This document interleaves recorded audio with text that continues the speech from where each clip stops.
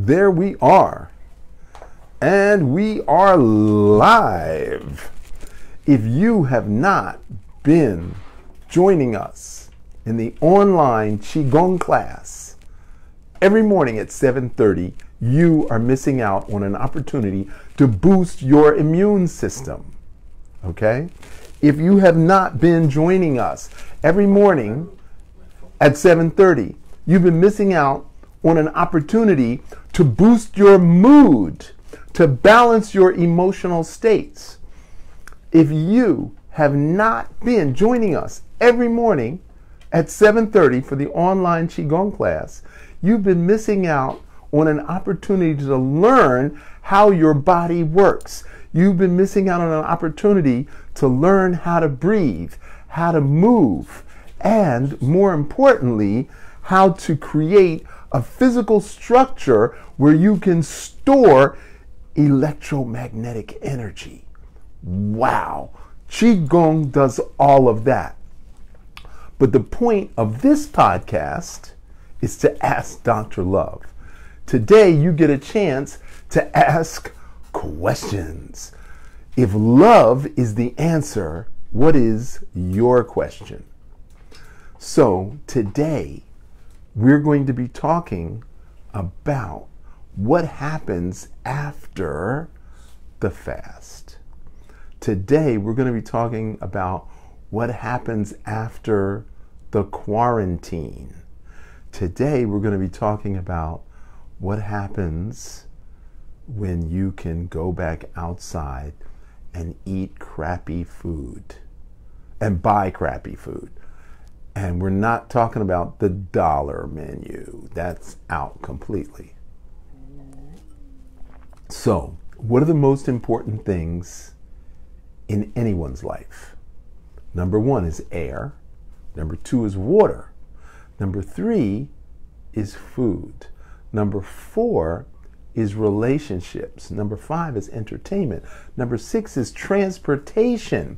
Number 7 is finances. And number 8 is accumulation. And number 9 is building. So all of those things are very important, but the number 1 thing is breathing. You've got to breathe well to be well. So we're going to open up Facebook and Instagram to ask questions. We've got the Holistic Motivator, who is my partner in this podcast. And he's got great questions and he's got great motivation for people under 35. And I've got motivation for people over 45. And we overlap between 35 and 45. So I want a special shout out to the Holistic Motivator, family and friends, and all the people who've been supporting him these past few years, because now he's supporting me. And I love you because you love Ed, the Holistic Motivator. So now, ask your questions, type them in. I'm going to keep talking, and Ed will interrupt me when a good question pops up. So, what is the number 1 breathing exercise? Well, we all know that the diaphragm is the muscle that pushes the air out of the lungs. And inhaling, you don't have to think about that. You just breathing in. But breathing out, you have to think about it. So we have to do exercises which build the diaphragm. Now, if you're in the yoga world, then you've already heard of the breath of fire.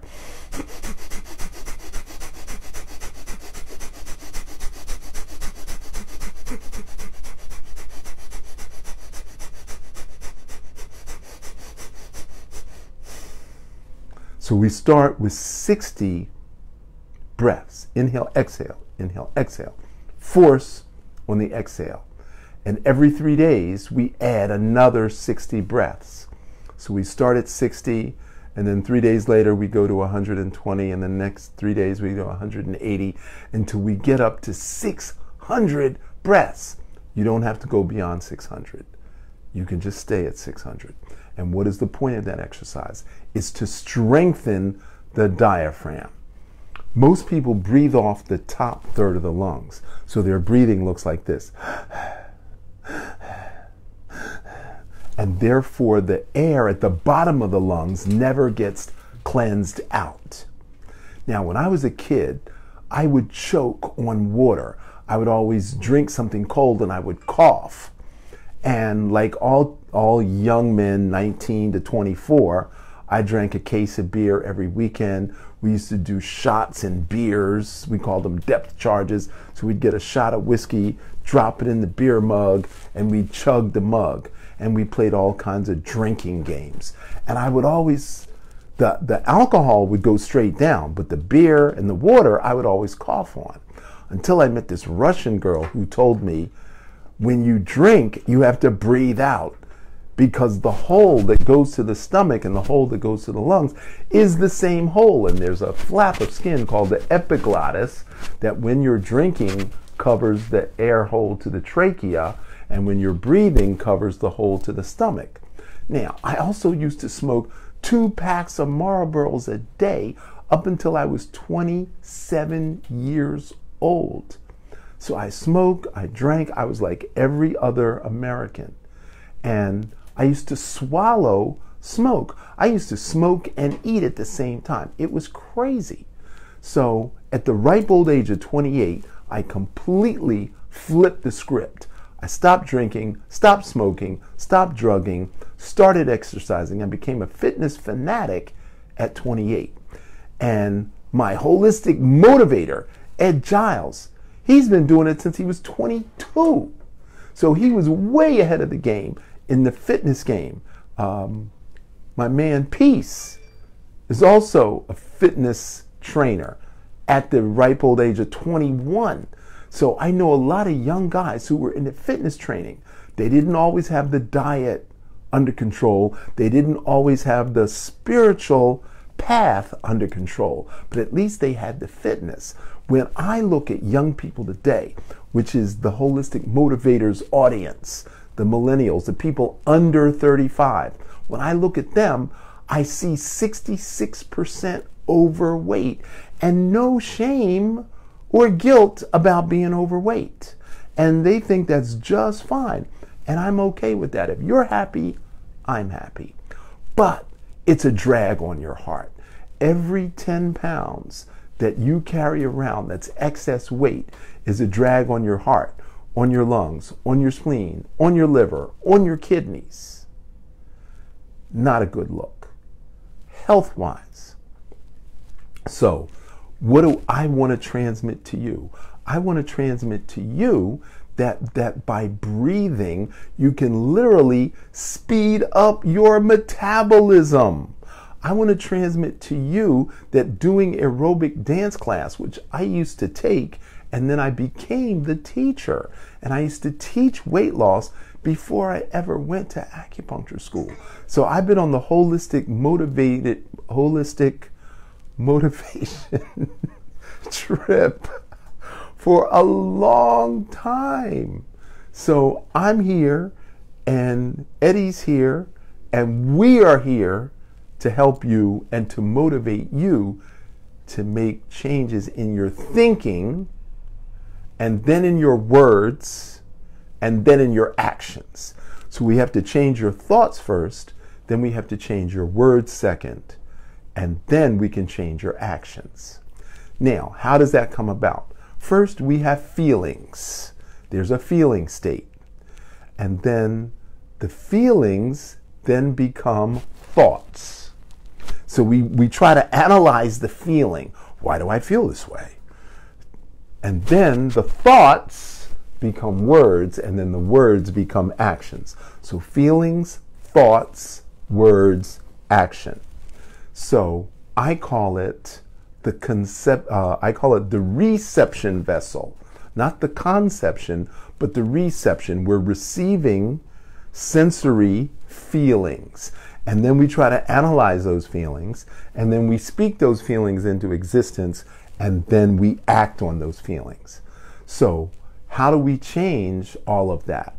The first thing we have to do is meditate.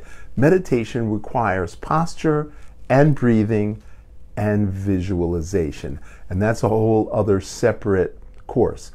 One of the webinars we're going to do in the future is going to be on visualization as part of meditation. I was very conscious about breathing out when I was drinking that sip of water. Now, some people gulp their food. They don't chew their food. Most people chew 7 times before they swallow. You've got 32 teeth. You've got to chew 32 times. Ed and I were doing a staring contest a couple of days ago. We were eating salad, and I was chewing my salad 52 times before I swallowed. So Ed switched from a fork to chopsticks. He ate his salad with chopsticks. That's amazing. I can only commend the Holistic Motivator because he practices what he preaches. He's not going to tell you to chew 32 times if he's not doing it 32 times. Go Holistic Motivator, Ed. So here we are. We said the first thing was breathing. Second thing was water. Next thing is food. So what time of day you eat, the amount of food you eat, and how you chew, all that is part of the digestive process. And then relationships, and then communication, and then entertainment, and then transportation. So there's a lot of stuff that's important in your life, but it all starts with meditation. You've got to slow the brain cells down. A few weeks ago, I did a webinar on sleepitation, how to turn sleep into your spiritual practice. So the first thing we did was ask the question, where do you go when you go to sleep?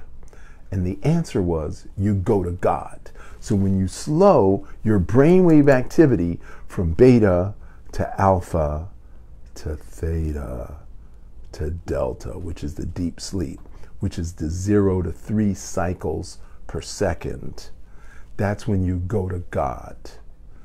And that's where we want to go when we meditate.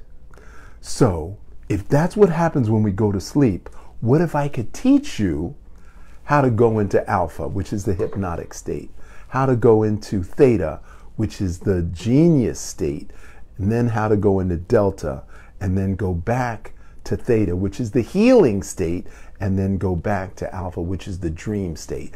What if I could teach you how to do what you normally do at night? If I could teach you how to do that in the daytime? Wow. Wouldn't you like to learn how to slow your heart rate, slow your respiration rate, relax your muscles, elongate the spine? Wouldn't you like to do that? Wouldn't that be a better guide for you than drinking coffee or drinking wine or smoking something? Wouldn't that be better? I'll let you figure the answer out to that. So, do we have any questions on the line, Ed? No questions. Okay, so you must really be enjoying the information that I'm putting out there. So what's important moving forward? What's important after the quarantine? What's important after the 21-day wellness program? So after the 21 days, there's 7 days where you get to choose what you want to eat. Well, I haven't had chicken for 21 days. I want to eat a piece of fried chicken. I haven't had steak. I want to eat a piece of steak. I'm not going to be mad at you if you backslide the 7 days after the 21 days, because your body will tell you right away if you did the right or the wrong thing. I won't be mad at you for what you do to your body.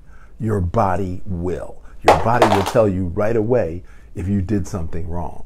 Now, if you've got more than 10 pounds to lose, then you should do this 21-day program a second month. If you got 30 pounds to lose, you want to do it a third month, and so forth and so on. I got a couple of guys in this program who want to lose 80, 90 pounds. And I'm so happy that they reached out to me because they're ashamed. They don't want to admit it. but they know that if they don't change, they're going to wind up with a stroke or a heart attack or worse.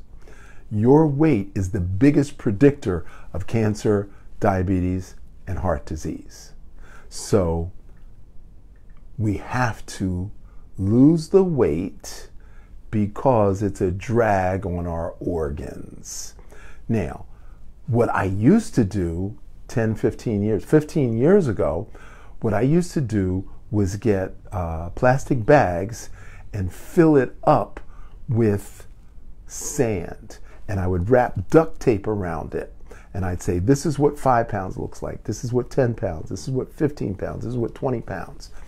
And I would strap that with Velcro around somebody's waist, around their arms, around their chest, and around their butt. And I'd say, now, run up and down a flight of steps. How does that make you feel? And they'd be like, oh my God. All right, so that's what 50 pounds feels like. That's what 30 pounds feels like.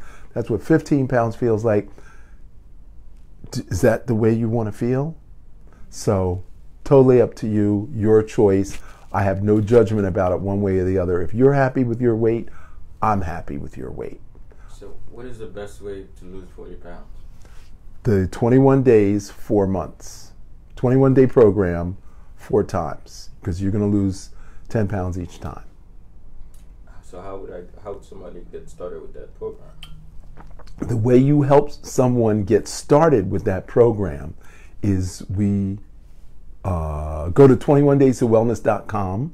You're going to download a document called Detoxification and Purification, in which is going to explain the details of how you actually get started. And in that 6-page document, it's going to tell you you're going to start your juicing program 3 nights. So you're going to start at night for 3 nights. And then the next 4 days, you're going to do it for breakfast and dinner. So that is your preparation phase. And that's how you get started.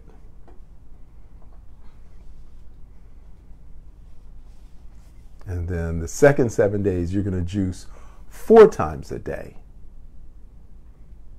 And then the next 7 days, you're going to do raw foods. And that's a little more details. But once you get into it, then we'll get into it. We'll go into the details of how that works out. But you have to go to 21 days, the numerals 21daystowellness.com in order to download that document. And that'll get you started. And you can also join the newsletter. So you want to get the newsletter, even if you don't start the program right away, which now would be the absolute ideal time, is now. But if you got other stuff going on, just get the newsletter so when you are ready. I've had people call me on the phone 3 years later, and they said, Dr. Love, I had your brochure on my refrigerator for 3 years. And I said, well, what took you so long? Well, I had to wait until I was sick and tired of being sick and tired enough to call you. So now I'm at my wit's end. I thought I could do it on my own. Now I'm ready for you to help me. I'm like, wow, that's interesting. Okay, you're ready? I'm ready. Yesterday, I had a guy call me I haven't seen in 10 years who said, you know, I lost touch with you, but you were a significant influence in my life 10 years ago. We only met 2 times, and I always remembered you. And then one day your name popped up on my Instagram, and I was like, that's the guy. And he actually called me on the phone. We had a 45-minute conversation. Now he's all in. He's only 62 years old. He's approaching retirement. He's like, I gotta change my life because I don't want to be sick when I retire. I had another guy call me last week. I met him 30 years ago, and he was in a multi-level program selling weight loss products. And he was actually instrumental in helping me build my business because he sent all of his weight loss clients to me. And 30 years later, He's like, I need your help. I remember you telling me about Qigong 30 years ago. And because my genetics were so strong, I never had to do exercise. And I always looked strong and trim, and I thought I didn't have to. But now, my voice, my energy, my sleep, and then my new girlfriend saw your information and said, hey, you got to check out this guy, Dr. Love. And he said, oh, I know him from 30 years ago. And now he's on the program. So I've been telling people for 30 years, you got to do Qigong. And now all of a sudden, people are recognizing that I've been saying the same thing over and over and over again. And I've been consistent. And that's the only reason why you are watching me right now, because consistency is the key to success. I have never changed my message. It's always been the same thing. We got a question. Why do you develop diabetes in your older age, even though you eat healthy and exercise? Please repeat the question. Okay, the question is, why do you get diabetes in your old age, even though you eat healthy and exercise? The answer is, you're not eating healthy and you're not exercising enough. So it is your diet and your lifestyle. Now, there's a guy by the name of Gabriel Cousens. He made a video called Raw in 30 Days. He took people who only had blood sugars of 500. 120, a blood sugar of 120, not cool. You already got diabetes. Your blood sugar should be between 95 and 105. If your blood sugar's consistently 120 and up, you have diabetes. He took a dozen people who had blood sugars of 500. He put them on raw food for 2 weeks, and their blood sugars dropped down to 100. In just 2 weeks of eating raw food and walking 1 mile a day. Walking. Now, can we extrapolate that to the entire population of the planet? Absolutely we can, because he wanted the worst of the worst. So if we can take the worst of the worst with blood sugars that high and put them on raw foods for 2 weeks and bring their blood sugars down from 500 to 100, I know for a fact that I can help you, and that whatever it is that you're doing, you're not doing enough. 50% of people with diabetes are thin. They're not fat. Okay. So should a person eat corn? Is it bad for you? Corn today, no good. Never eat corn. All right. Next question. If I lost the weight, how do I lose the flab? Okay. It all depends on the strength of your elastin, which is the elastic tissue underneath the skin. Okay. So we'd have to put you on herbs. You'd have to do Qigong in order to develop the elasticity of the skin, so that as you lose weight, you don't turn into, there's a word for it, the skin hanging, skin pouching. In which case you're going to need surgery to cut away the excess skin. But if you start doing Qigong while you're losing the weight, we can develop the elasticity of the skin. Okay? Why is corn bad for you again? Corn today is GMO. So there's something called field GMO and there's something called lab GMO. The field GMO has very little nutrients in it.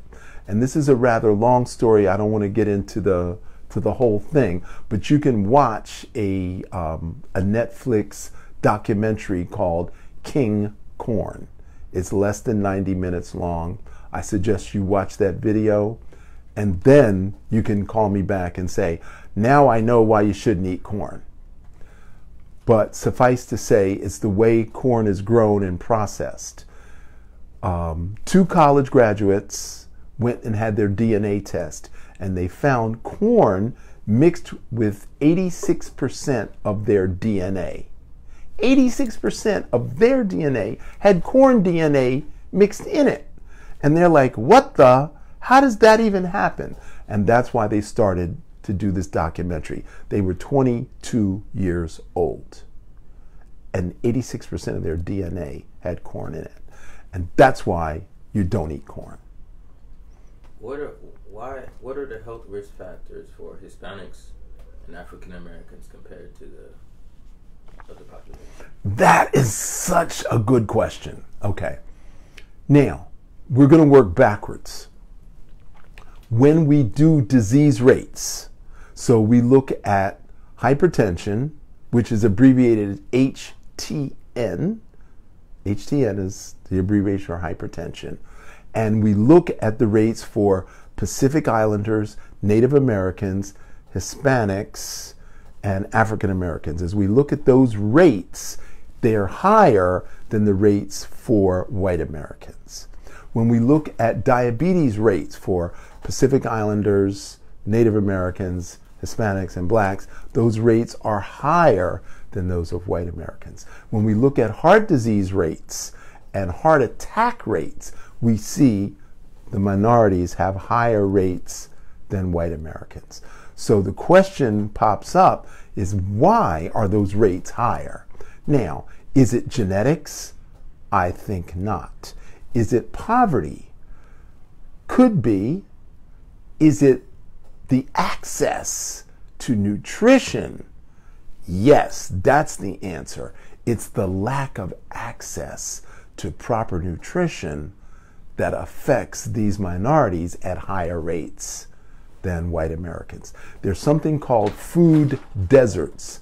A food desert is where there's no fresh produce within walking distance or 15 minutes driving distance from your house. So walking distance or driving distance, if there's no fresh produce, that's called a food desert.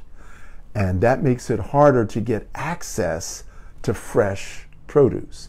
Now, if we go back 100 years, Pacific Islanders grew all their own stuff.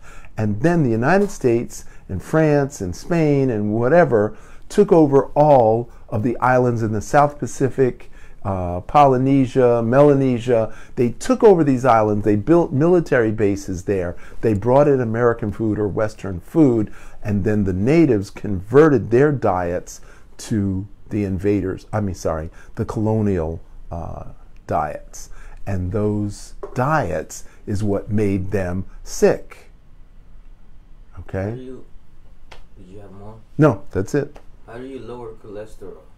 Cholesterol is not a disease. It has nothing to do with health. 35 years ago, doctors were trying to peg blood fat as a cause of disease. But the fat in the blood would go up and down several times a day. So they couldn't accurately measure blood fat as a cause of disease. So they decided to use cholesterol as a marker, because cholesterol is also tied to blood fat. After 30 years of testing, they realized that they did the wrong thing. So cholesterol is not associated with heart disease, not associated with cancer. High cholesterol is not associated with any disease whatsoever. But since the drugs were prior approved by the FDA, they can't now take it back. So all your statin drugs, your Crestor, your Lipitor, whatever the trade names of the statin drugs are actually harmful. Now, how do you test if a cholesterol medication works? And this is an important point. They take rabbits who are not carnivores, and they feed them milk and sugar, and their cholesterol spikes. And then they give them statin drugs, and the cholesterol drops. And that is the basis by which they measured if the drug worked on lowering cholesterol. The #1 breakfast food in America is sugar frosted flakes, which you always drink with milk, obviously. So if human beings are drinking milk with their sugary breakfast, they're spiking their own cholesterol. Now, during the Vietnam conflict. Young boys, 18, 19, 20, 21, who were killed were brought back in body bags, and they did autopsies on these boys, and they found out they all had high cholesterol rates. Now, we're talking 69, 70, 71, 72. 19, 69, 70, 71, 72. Advanced heart disease in young boys, 18, 19, 20, 21. Think about that. Think about that. 72, 82, 92, 2002, 2012. We're talking 50 years ago. 50 years ago, advanced heart disease in young boys who were killed. No. And what was the standard breakfast? Sugar Frosted Flakes. Then what? Peanut butter and jelly on white bread with milk as a chaser. Burgers, cheeseburgers, hamburgers with milkshakes. So the high cholesterol was based on the diet. Human beings make their own cholesterol. Cholesterol is not a disease. It's not connected to any disease process like heart disease or cancer. So lowering cholesterol, don't even worry about cholesterol. There's a study called the Framingham Heart Study. It's the longest running heart study in this country, which means the world. And they found out that the top people with heart attacks had the lowest cholesterol. Next question. So, how do you keep somebody might say, you heard it, don't worry about cholesterol. Don't worry about cholesterol. So it's a non-disease. So what do you need to focus on to ensure that it's not imbalanced? What you need to focus on is 60% raw food, 40% cooked, minute amounts of animal protein, variety of leafy green vegetables, grains and beans. Sing with me now. Grains and beans. Fruits and seeds. Roots and greens, fruits and seeds. This is the food that you must eat if you want to be the best on your feet. Now, grains and beans, roots and greens, fruits and seeds. This is the food that you must eat if you want to be the best on your feet. Grains and beans, roots and greens, fruits and seeds. This is the food that you must eat if you want to be the best on your feet. Beans, roots and greens, fruits and seeds. This is the food that you must eat if you want to be the best on your feet. Now, I made a whole rap song. I got the music. I haven't gotten into the recording studio yet. I'm too old to rap and I cannot sing, but help me out here, Eddie. What about triglycerides? What about triglycerides? What about them? You tell me about triglycerides. This is Ask Dr. Love show. Okay, so my question to you is, you're asking me about something that you can't even explain. You don't even know what a triglyceride is. So ask me about something that you have an understanding of, and I'll explain it to you. Triglycerides have nothing to do with your health. If you have a car, and this actually happened to a friend of mine. He bought a motorcycle, a used motorcycle. He bought the manual. He took it all apart, laid out all the parts, and put it back together. And he had 14 pieces left over. And he's like, what the hell were these pieces for? So he goes to the dealer. He's like, what are these pieces for? They're not in the manual. I put the motorcycle back together. And the dealer's like, I don't know. The question is, what if they're high? What if they're high? What if they are high? Mine are really high. Your triglycerides being high have nothing to do with your health. What has to do with your health is your mental state of mind. So I'm going to give you a perfect example. This man had a sick wife. which he cared for 20 years until she died. He had 3 sons. The wife dies. At the funeral, the sons get together and decide they're going to put Pop in a nursing home.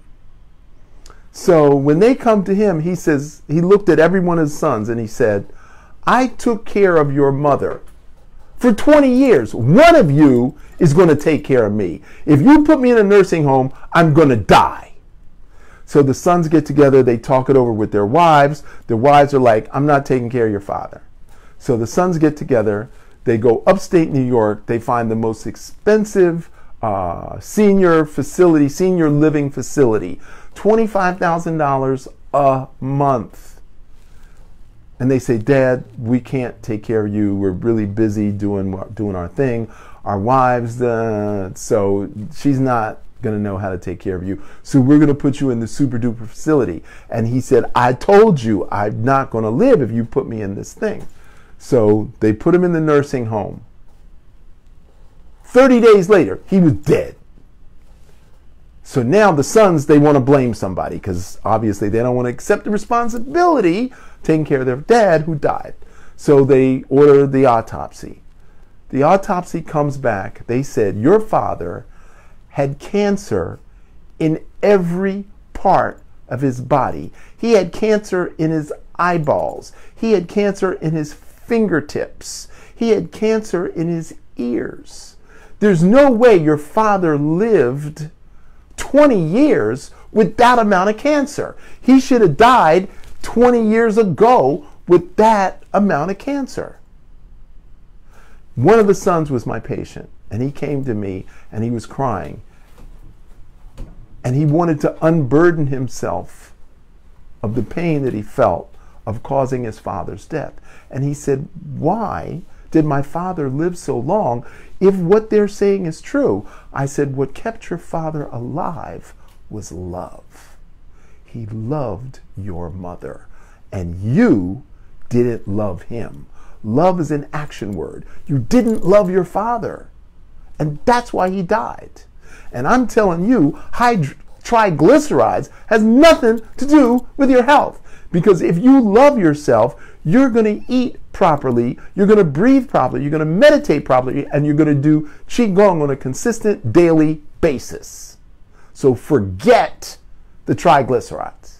So self-love is the antidote. Self-love is the answer. Now let me ask the audience a question. If you were God and you invented human beings, would you invent them so they would break down and need to go see doctors? Or would you invent them so they were self-repairing? You got the right answer. Self-repairing. So why would you allow a scientist who doesn't believe in angels, who doesn't believe in miracles, who doesn't believe in meditation, to tell you the little intricate parts of your body are at fault? Now, I can replace a lung, I can replace a heart, I can replace a liver, I can even replace a stomach. I can replace a colon, I can replace a bladder, I can replace a uterus. The body is just a system of interchangeable parts. You believe that?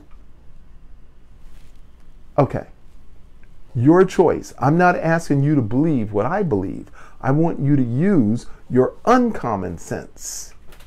And you tell me if all I got to do is tweak this and tweak that. What about your behavior? What about your thoughts? I already told you about your feelings, your thoughts, your words, and your action. That's what makes you sick. So, my question, we said self-love, somebody said self-repair, then I thought of a manual. So my question to you is, how do you build an internal manual so you can self-repair? The internal self-repair manual. That's the medical Qigong. That's the Blue Dragon Qigong Academy is the self-repair manual. That is the self-love manual. We've got it. We do it every day, Monday through Friday. Some people, like my mother, read the Bible every single day. So if you read the Bible every day, some people do, some people don't, but if you do Qigong every day, I posted this morning about a guy who lived to be 118 years old. He died 1 week before his 119th birthday.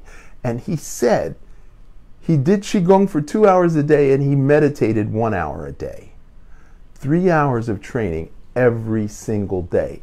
And he was a badass martial artist. Badass. He was still competing in his 70s. Competing in his 70s. And he was a doctor of Chinese medicine. He's the guy I look up to. So, I hope that... It's called the Blue Dragon Qigong. Okay, so the dragon represents immortality. Blue has to do with calm and peace. So, the concept of immortality is pervasive throughout Chinese culture.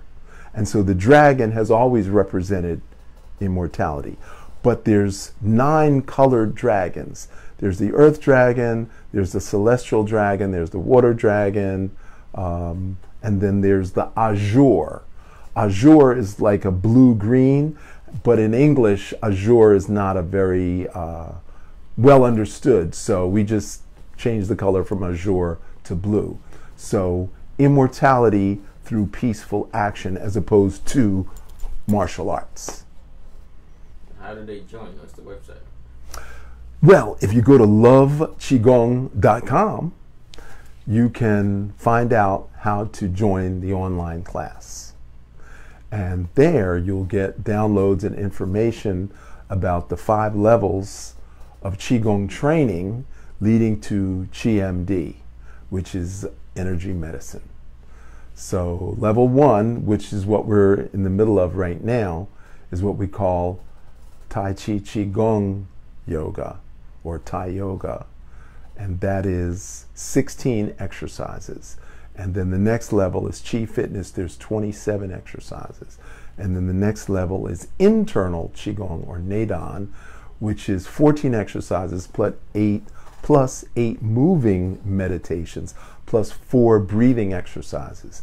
And then the next level is Chinese exercise physiology, which is the science of Chinese medicine in movement. And then the last level is how to become an energy medicine doctor, QMD. And that's what you will find at lovechigong.com.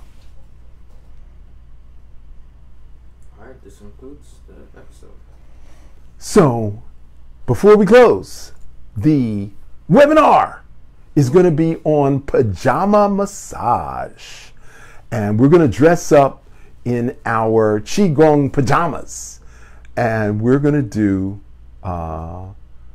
demonstrate how to give a pajama massage. You're locked in quarantine, or maybe you're not locked in quarantine. Maybe you're with a loving, special someone, or maybe you're just with a roommate, or maybe you're just with a friend. And it doesn't matter whether it's male, female, female, male, old, young, granddaughter, grandfather, it doesn't matter. I'm going to teach you how to do a pajama massage, which is going to make you feel infinitely better, and you don't have to use your hands. So that's going to be a Friday night. So we're looking forward to you attending the webinar Friday night, and then Friday podcast, we're going to have Sifu Jonathan Fields on as a special guest. It's going to be his 10th anniversary as a Blue Dragon Qigong Master. He's the first person I certified as a Qigong Master, and he's going to be our special guest on. So remember, your health is in your hands, and prevention is the only cure. In order to be well, you've got to breathe well. Until tomorrow, be well.